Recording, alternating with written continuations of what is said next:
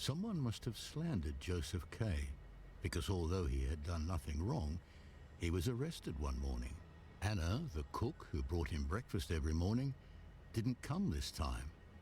That had never happened before.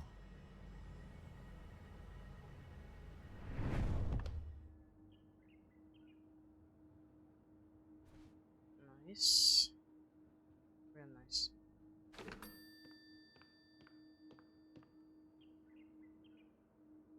Who are you? You rang.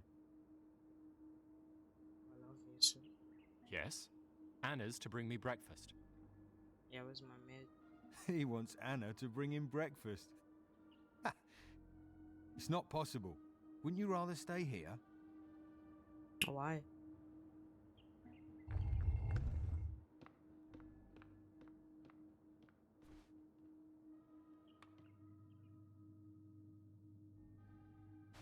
You my I'm maid? sorry about the breakfast today. They forbid me from coming to your place. That's alright. Don't know how much I'm paying you, but obviously it's not enough.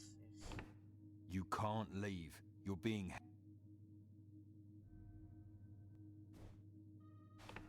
You should have stayed in your room. what difference would that make? Didn't Franz tell you that? You're under arrest. Okay. And why is that? Let me see your papers. You're behaving worse than a child. Do you want to end your process by discussing our papers with us? We're just lowly employees. But our authorities obtain detailed reports on the person arrested before ordering an arrest. There's been no mistake. The inspector wants you. Who's the inspector?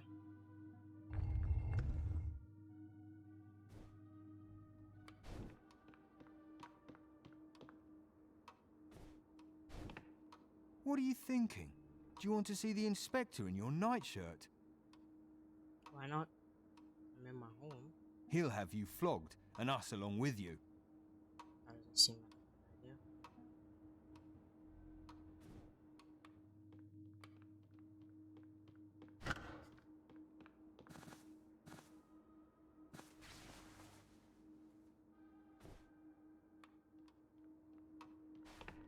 idea. Joseph K. You're no doubt greatly surprised by this morning's events.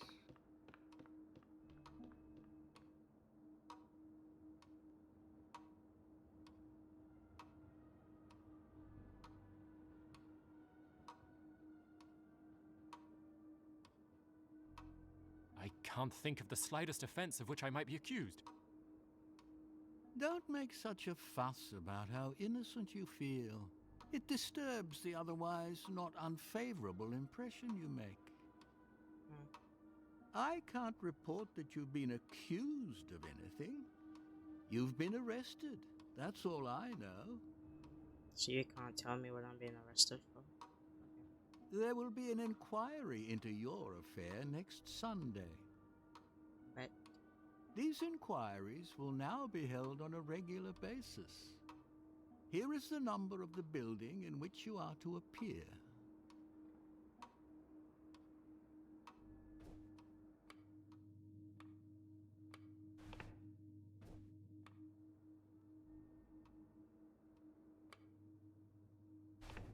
Don't take this too hard. You're under arrest, all right, but not the way a thief would be. I can tell. how can you tell? But thanks for the words of encouragement, Anna.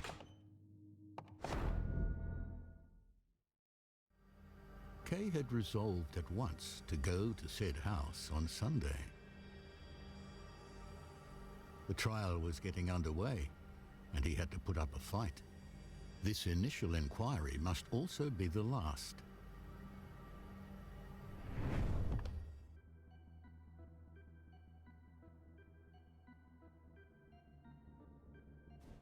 It's a lot of you. Even a kid? What? You should have been here an hour and 5 minutes ago.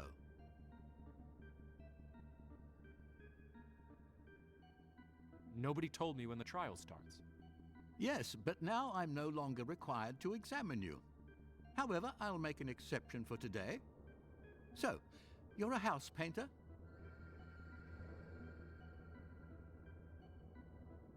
No! I'm the chief financial officer of a large bank. There can be no doubt that these proceedings are senseless, and that innocent people are being arrested because of it.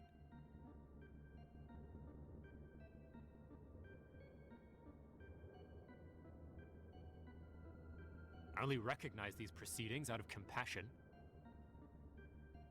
All your remarks are on record and have already caused you immense harm. Jesus. I'm sure I'll be summoned again soon. We'll know how to find you.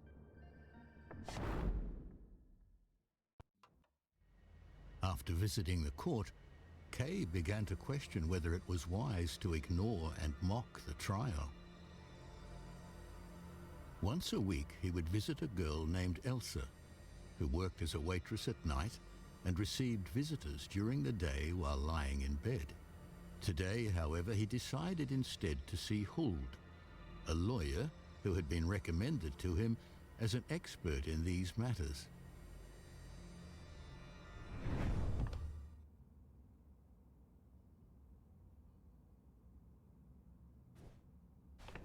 I'm here to see Lawyer Huld. The lawyer is ill, but I will introduce you.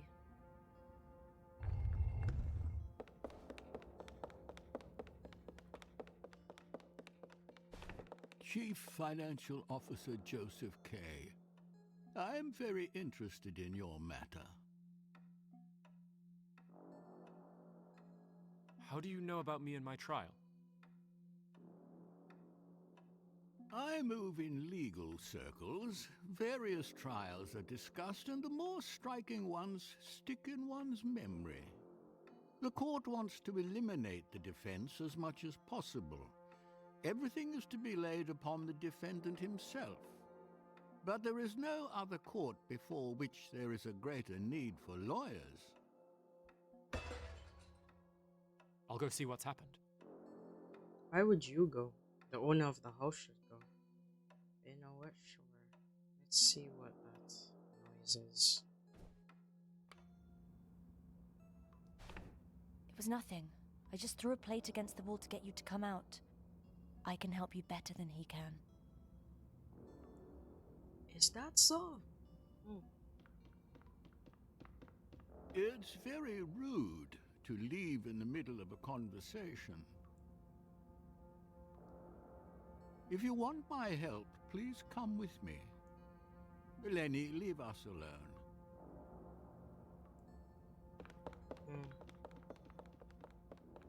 Do I have a choice?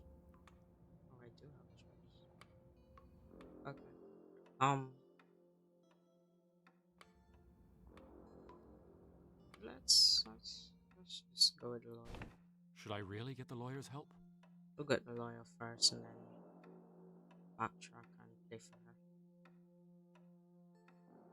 Yeah, why not? He's a lawyer. You chose well. I have won, or came close to winning, many similar trials. What do you mean, or came close? You must know, however, that the defense is not actually countenanced by the law, but only tolerated. The room to which we were relegated is itself an indication of the court's contempt for us. You will probably be shocked by the lot gathered there.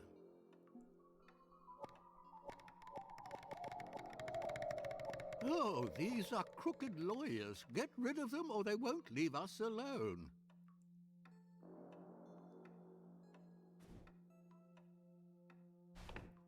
Throw out all of the crooked lawyers.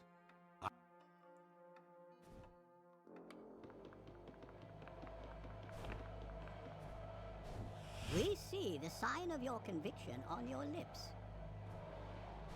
We're trying to figure out the best way to help you. You've damaged your case terribly when it was starting out so well.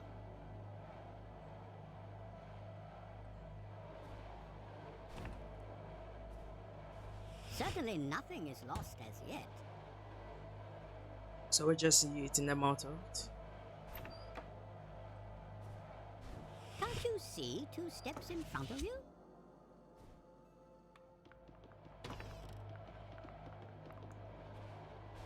They think you're guilty. Everything will turn out well. You seek too much outside help. You are entirely innocent.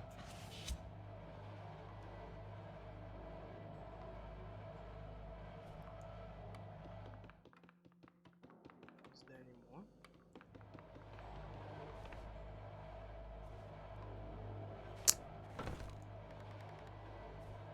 Do you realize your trial is going badly? Finally, we have some peace. Come with me.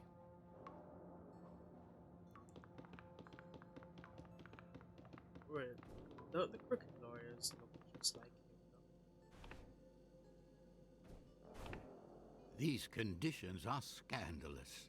It's good that you got rid of those crooked lawyers. Now, you need to consider how to begin.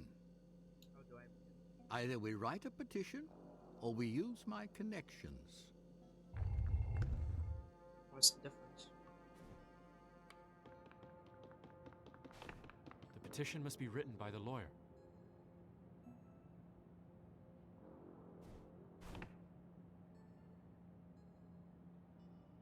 The first impression made by the defense often influences the whole course of the proceedings. Unfortunately, on some occasions, initial petitions are not even read by the court. So they're useless? Wait, I'll have to leave the talking to the lawyer. The most important factor is still the lawyer's personal contacts. Court officials are often clueless and come to a lawyer for advice. You can influence the trial in this way, even if only slightly at first. okay.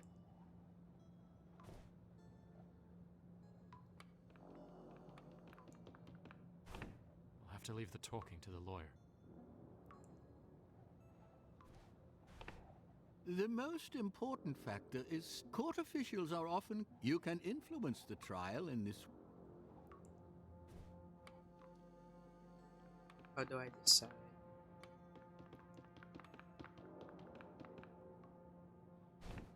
Writing the first petition, the first impression made, unfortunately, on some...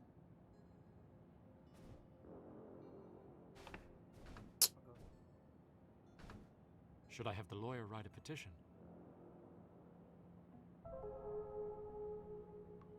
Since you do not know what you are accused of, you must briefly describe your life. For each event of any importance, explain why you had acted as you did, and whether you would reject or approve of your actions today, and for what reasons.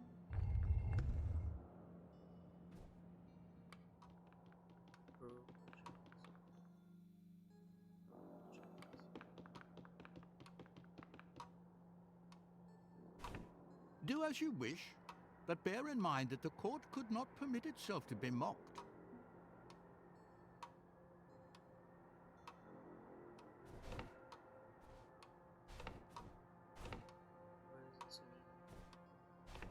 Sir, we're to be flogged because you complained about us to the examining magistrate.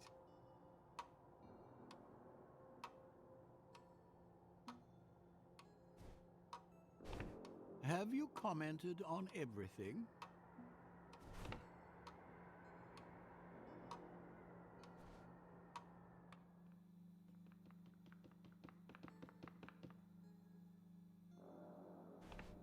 I would prefer not to talk to my father. Why?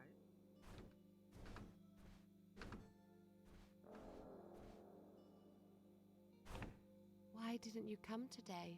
I was expecting you. Is that Elsa?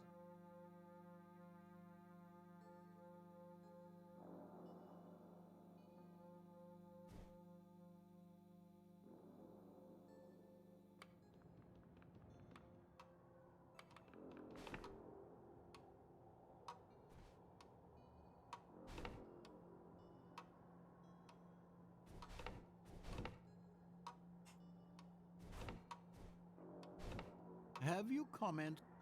I don't know how I'm supposed to be commented on. Isn't it supposed to be like a backstory or something?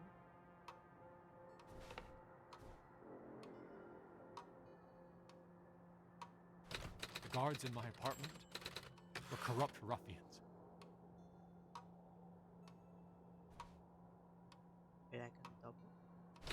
It was no longer a matter of accepting or rejecting the trial.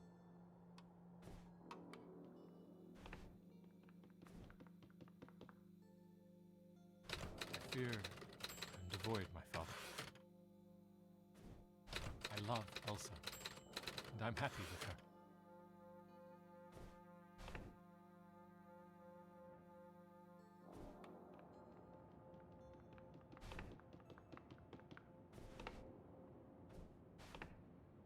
Should I really write the petition like this?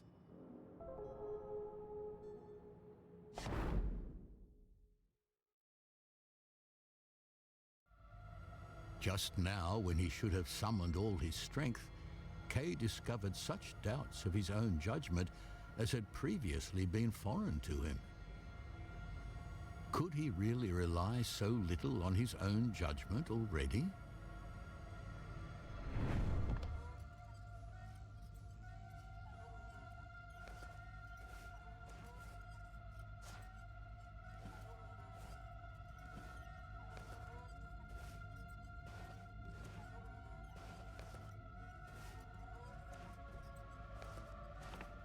You must end your petition with a declaration. Do you feel guilty or innocent?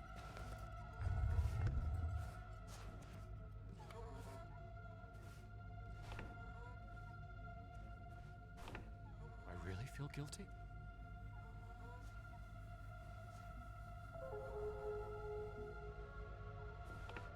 I really feel guilty?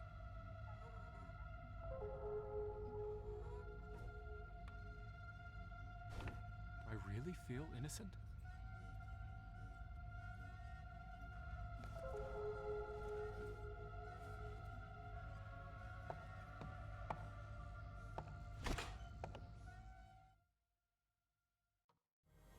After the lawyer's visit, Kay was again in doubt whether he had made the right decision. However, nothing special happened in his case after the petition was made. From then on, Kay gradually forgot about the court. On the eve of his 31st birthday, two gentlemen entered Kay's lodgings.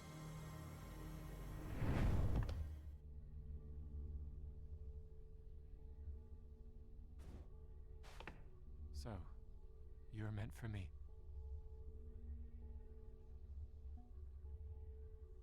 They're not prepared for questions.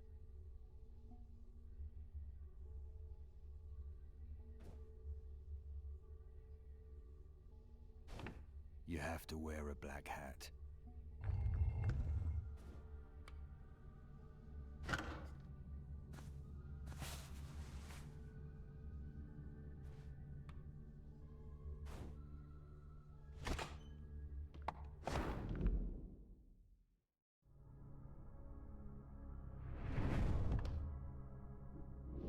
Once outside, they seized Kay's hands below with a well-trained, practiced, and irresistible grip. Then one man drew from its sheath a long, thin, double-edged butcher knife. Oh wow. Kay knew that it would be his duty to seize the knife and stab himself with it, but he didn't, and looked around. One of the men put his hands to his throat, while the other plunged the knife into his heart and twisted it twice. With failing sight, Kay saw the gentlemen leaning against each other, watching what had been decided. Like a dog, he said. It seemed as though the shame was to outlive him.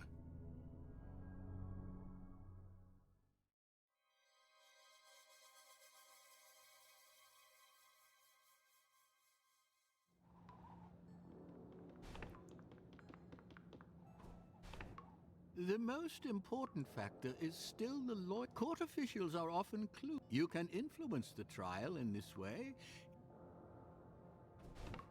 Should I use the lawyer's connect?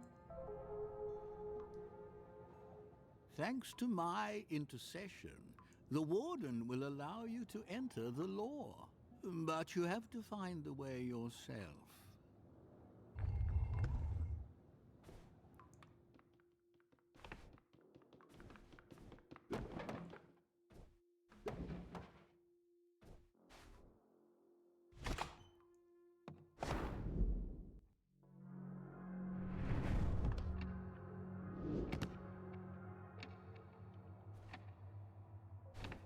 You are doing well, but you have not yet entered the law.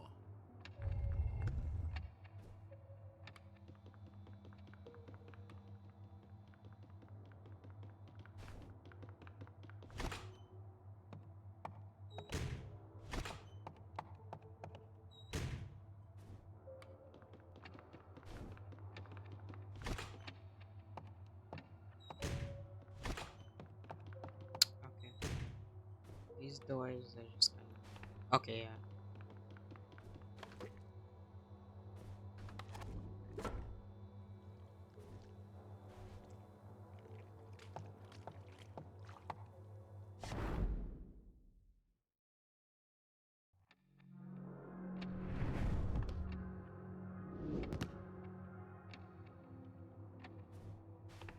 You seem to be failing to enter the law. We have to find another solution. What do you mean by failing? Some employees of the court are corrupt. I can review the confidential files on your case.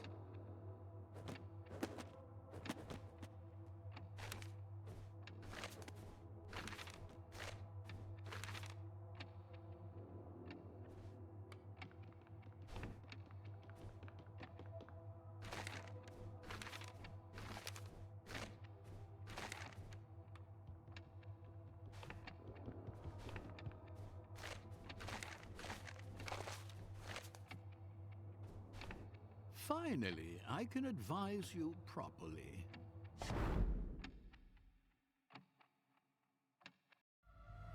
Just now, when he should have summoned all his strength, Kay discovered such doubts of his own judgment as had previously been foreign to him. Could he really rely so little on his own judgment already?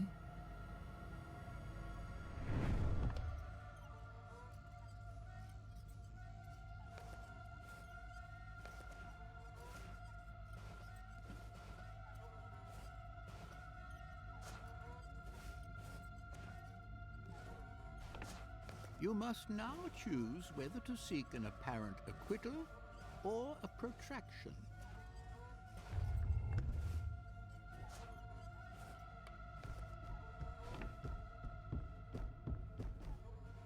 What is a protraction? I will visit the relevant judge and keep him as content as possible. We will keep the trial at the lowest stage. You will be interrogated. Inquiries will be conducted, and so forth. But you will be almost as safe from a conviction as you would be as a free man. Should I really strive for a protraction?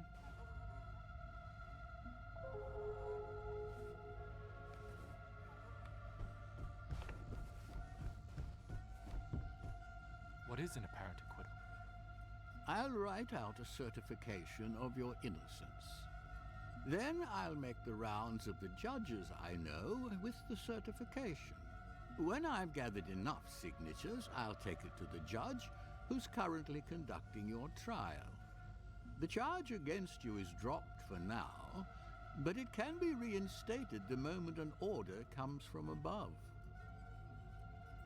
Should I really strive for an apparent acquittal?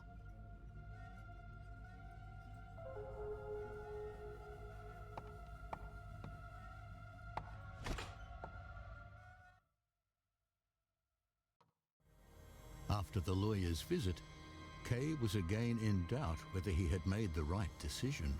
Externally, it appeared that everything has been long since forgotten, and the file has been lost. From then on, Kay gradually forgot about the court. On the eve of his 31st birthday, two gentlemen entered Kay's lodgings. Wait. So there's no good ending in this. So, you're meant for me. They're not prepared for questions.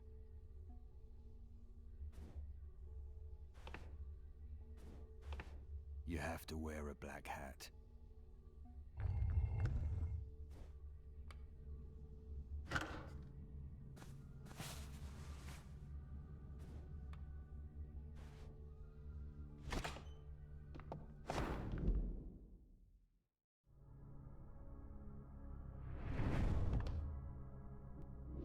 Once outside, they seized Kay's hands below with a well-trained, practiced, and irresistible grip.